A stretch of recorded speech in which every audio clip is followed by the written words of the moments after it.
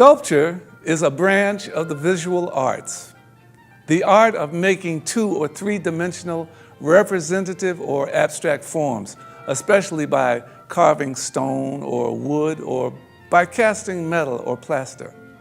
Durable sculptural processes originally used carving, which is the removal of materials, and modeling, which is the addition of materials, as in clay, stone, metal, ceramics, wood. But since modernism, there has been an almost complete freedom of materials and process. Sculpture in stone survives far better than works of art in perishable materials and often represents the majority of the surviving works, other than pottery, from ancient cultures. Sculpture has been central in religious devotion in many cultures, and until recent centuries, large sculptures, too expensive for private individuals to create, were usually an expression of religion or politics. The Western tradition of sculpture began in ancient Greece, and Greece is widely seen as producing great masterpieces in the classical period. During the Middle Ages, Gothic sculpture represented the agonies and passions of the Christian faith.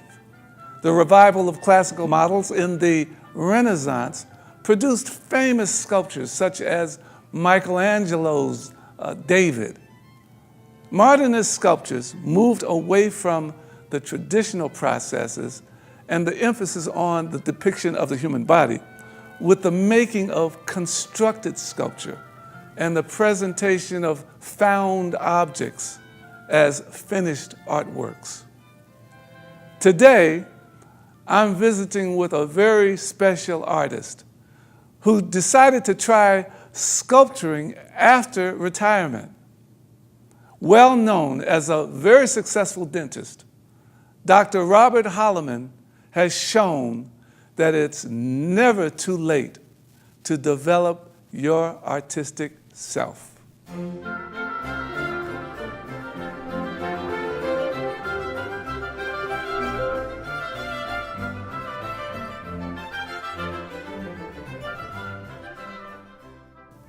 Greetings, I'm here with Dr.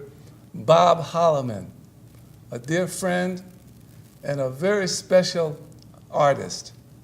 And I'd like to thank you very much for allowing us this time to share some information as to how you got to this point. I've seen some of your work and I think it's fantastic.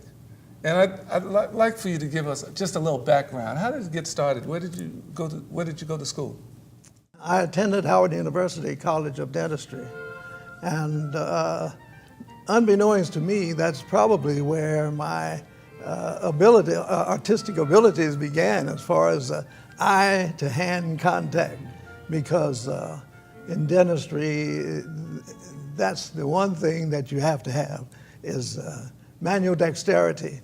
And it seemed as though I was very good at it, and not even knowing at that time that anything like this was going to come to pass. By that I mean most of my, you do in dentistry carvings of teeth and things like that. Mm-hmm. It's not competitive, but the best work is always placed in the front hallway as you walk in the door. And it seems as though most of the time my work was placed in the hallway as you walk in the door. So that's probably where it began without me even thinking of it.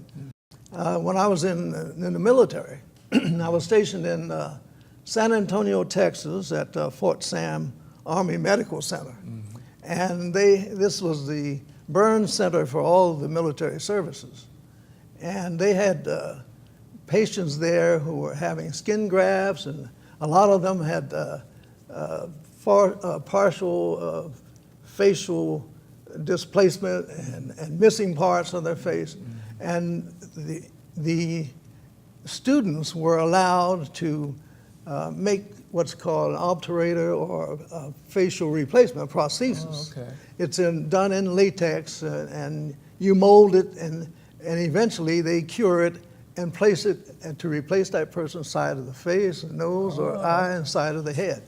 So we were all. You got into anatomy at an Yes. early point. Well, we were able to do some of those prostheses, and it was just practice.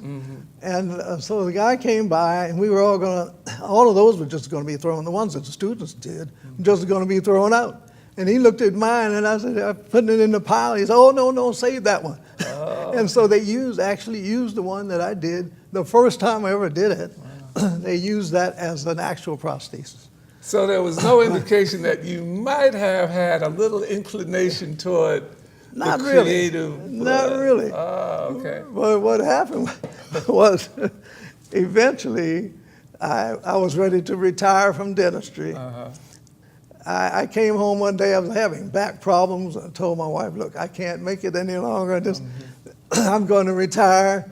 And she said, well, what are you going to do? You can't sit around here all day. That's a question that has been asked many times. And the ladies, especially, if they're still working and you're going to retire, they don't want you just sitting around doing nothing. Right. But anyway, I decided to look into various hobbies and things that I might enjoy. And I had a friend, and she said, "Well, why don't you?" She was into stained glass. And so I took a couple classes, and you cut the little tiles and try to fit them together. It cut my fingers, cut my hands to shreds. so I said, this is not for me. Right. So I kept looking at.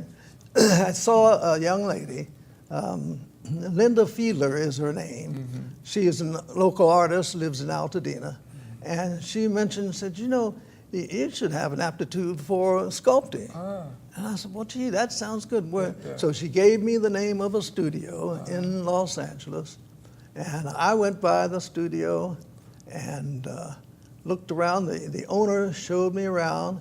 He showed me many of the sculptures that had been produced by his students. And that was in a separate room. And I said, gee, this is really nice. Went into the main lecture hall. Well, it's not a lecture hall, but a main room that is used for the sculpting. And I looked around, the students had their palette there, and their table, and they had a sculpture on it about 15 to 18 inches tall, and each student was working. It was beautiful. And then I looked around, and he said, well, this is the model. And there was this, in the center of the room on a platform, was this beautiful, voluptuous model. And live. I said, where do I sign up?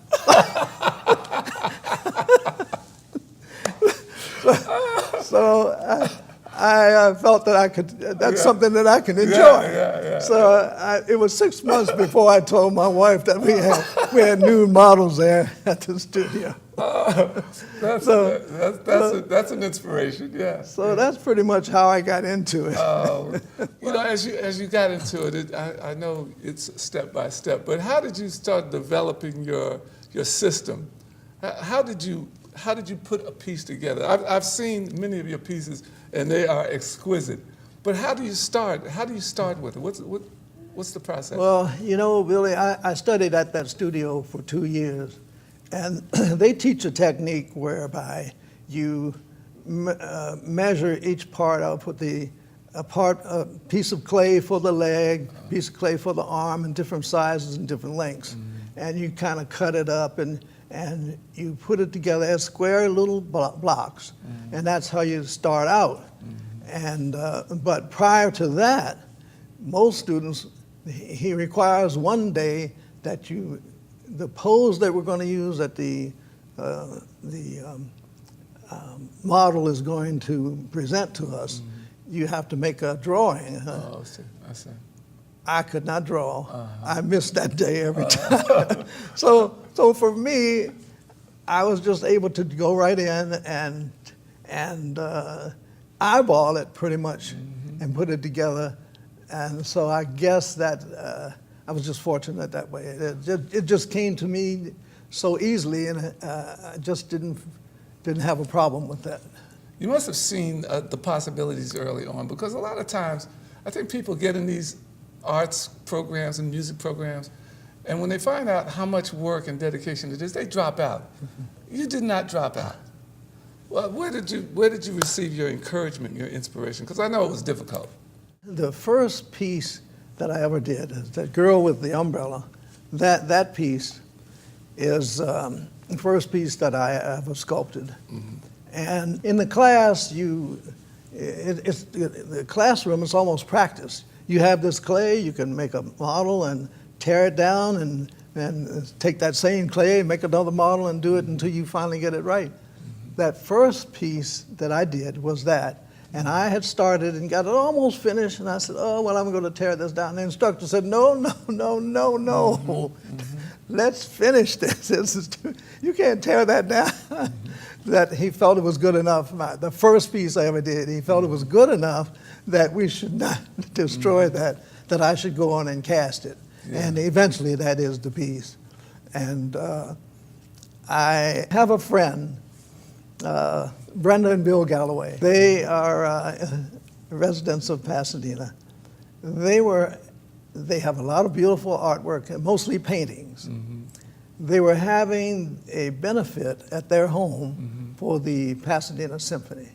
And they had seen my work, and they just knew that I was doing this. They said, look, we don't have any sculptors here. Well, we don't have many sculptors. Would you allow us to display your sculpture mm-hmm. during the benefit? And I said, sure. So she put down, Evelyn noticed who it was. This retired dentist did this and so mm-hmm. forth, my name.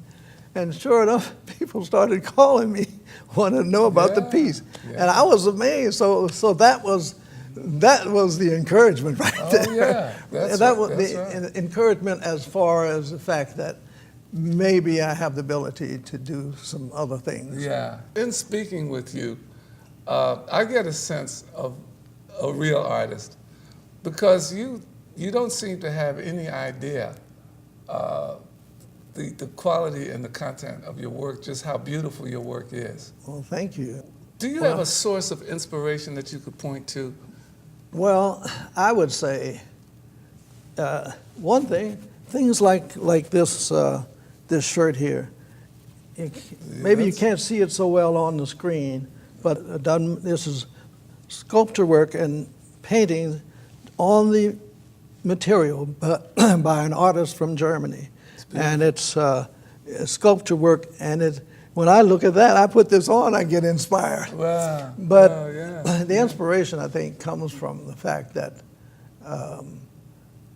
when I think that I can possibly take a slice of life or a pose or some thing that a person is doing and display that in a piece of art, that inspires me. And I look at something and I say, boy, I'd love to do that. I'd love to make a sculpture of that. Mm-hmm. And especially when I see, whenever I go to a museum and see some of the work, see some of the things, mm-hmm. it inspires me to say, gee, I would like to do something similar to that, not copy them, mm-hmm. but it gives me avenues and thoughts. For instance, the piece that I have there, believe it or not, we were into my second year at the art studio studying, and they had a male model, and he had on Roman gear and the Roman headdress, and he had a spear. He was a Roman warrior, mm-hmm. and that was what everybody was doing. Mm-hmm. And I felt that I just wanted to change the whole thing. Mm-hmm. So I took that piece home and changed the face to a Maasai, pictures that I'd seen, and I researched it a little bit to get the facial features. Yeah. And I brought it back the next day, and the guys, he couldn't believe it. They brought all the class around, and they were all studying. Well, how did you do that? How did you do that? And I said, hey, it was just my interpretation of what I had seen. Yeah, and that was beautiful. That was a beautiful piece. Then, of course, I decided to change everything, all the other mm-hmm. aspects of it.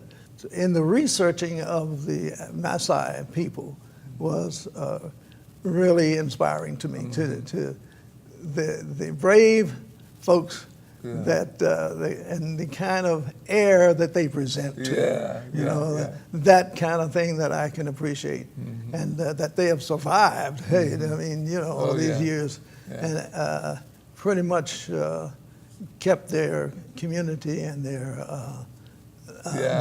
traditions intact. I had the opportunity to visit at the Masai Mara in Kenya, and I felt very much at home with my Masai brothers. I couldn't jump as high as them, of course, but I tried. For one thing, though, on this piece, I want to do want to mention that the beads and all that you see on that piece are not just added on. It is part of the sculpture. It's not just stuck on there, and the ears, the earrings, and the headdress and everything. It's all one piece. It's all colored and looks like things are attached to it. Yeah. But if I were to take that piece and cast it, I could cast it in all one piece, and it would have everything that you see there. Yeah. Do you still have this piece? Yes, I do. Yeah, I have the mold for that. Yeah. You have the mold. Wow. Yeah. Now, how much would that piece cost if someone wanted to buy it? You haven't that piece considered that, huh? well, it's going up. Oh, okay. It's gone up since the first day I sold my first one. Yeah. It would cost about $4,000 to $5,000 to produce that piece from the foundry, and so I'd want 3 or 4 times that. Yeah, beautiful. A lot of work. Yes. A lot of work. Yeah. Now, that piece is interesting. That was my first effort into trying to do a piece with 2 figures. Okay. And to have them in contact with one another means that you have to make these pieces, probably put the arm on and then eventually add the body and so forth.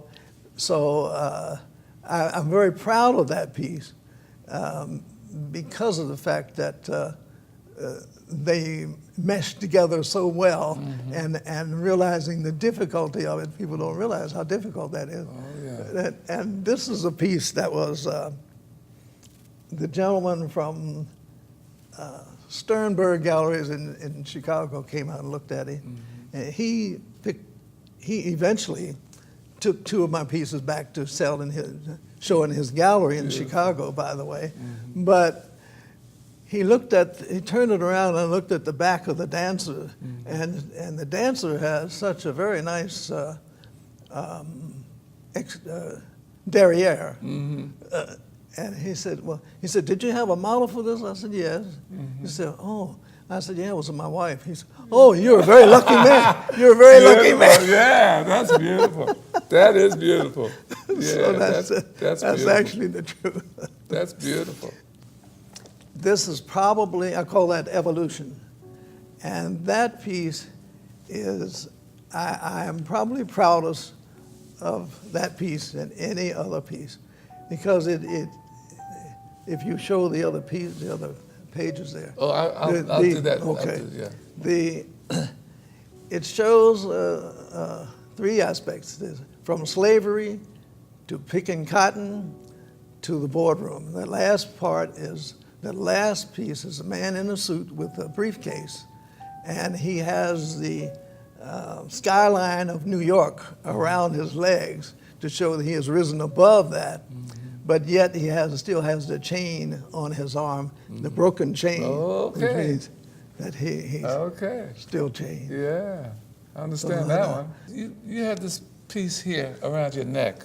Well, this is pretty much how you asked me. How did I start? Yeah. While I was practicing dentistry, I used to do a little bit of jewelry, just mostly gold, because you had the old gold laying around from castings. So I did a piece. This is one. I did earrings for my daughter when she was a kid, and a little ring of an African headdress for my wife, and things like that. So you've always dabbled with your hands. Yes, I have. But you didn't know you were a great talent. That's for sure. Who would a favorite artist? I know that's sometimes a difficult question, but is there anyone on the scene now that has inspired you, or that you really like their work? I would have to say that I appreciate the work of artist Lane. She's shown her work at the African American Museum many times, and I think the range of her work, paintings, sculpture, and a little bit of everything. She's a magician. Have you ever thought about working with anyone? I know as a musician, we have to work with different people.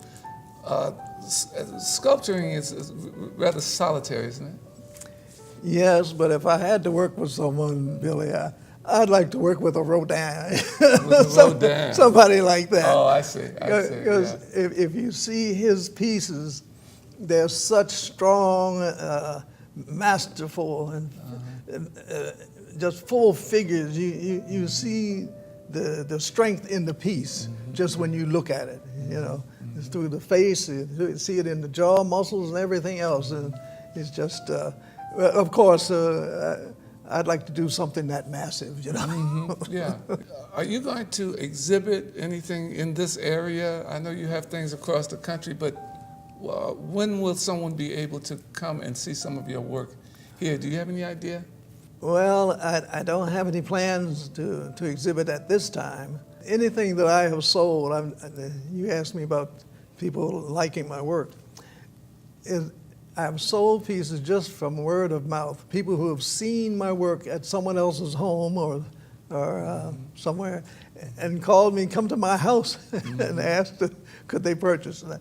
Other than that, I'm getting a little old to carry. Look, these pieces there, that one piece is about 75, 80 pounds, Bill. To move around, yeah. And that evolution there, boy, that thing is about 150 pounds. I see. Yeah, I see. so when you move it around and move it from place to place, you take a chance on getting it, having it scraped or scarred or something damaged in some way, and it's very, very difficult to repair that. No, I don't have any plans to show. Well, I hope that changes. I really hope that changes because I'm not an authority on sculpting, but I do know what my eye likes. And when you see something that's a quality piece, or you hear something that's quality, you innately know the difference. And I've observed your work, and I'd like to hit the lottery so I could purchase a couple of the pieces. I'd like to thank you very much for giving us the opportunity to kind of go with you on this journey. Well, thank you. I'd just like to say one thing in parting, and that is that I happened to meet, he came to an exhibit. I did have an exhibit years ago, one time, and John Otterbridge, one of our best-known African-American sculptors, came, and he looked at my work, and I said, well, what advice do you have for someone, who's starting out in this business, and I'm just an amateur, and what would you advise me? He said, we're all amateurs compared to the man upstairs when it comes to sculpting. That's beautiful. Beautiful. We're all trying to imitate. That's beautiful.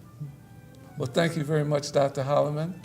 And thank you for having me. I hope to see some of your work in some of these venues, some of these museums. I hope to see your work in the near future. Thank you very much, Bill. Thank you very much.